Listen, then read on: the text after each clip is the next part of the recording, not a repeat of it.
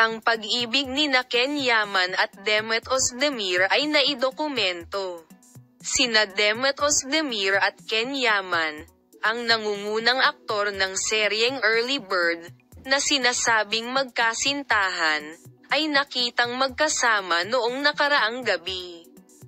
Sina Demet Özdemir at Ken Yaman, ang nangungunang aktor ng seryeng Early Bird, na sinasabing magkasintahan, ay nakitang magkasama noong nakaraang gabi.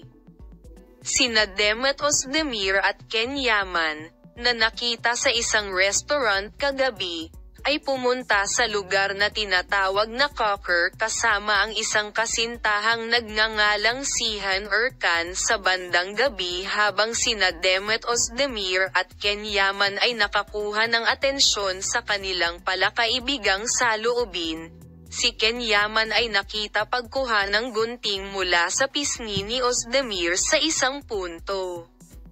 Si Yaman, na nadala sa ritmo ng musika sa punto kung saan nagkaroon siya ng mga romantikong sandali na sinamahan ng kanta ni Yildiz Tilby na El Adam, ay umakyat sa entablado at kumanta ng kanyang kanta laban sa araw gamit ang Mert Act.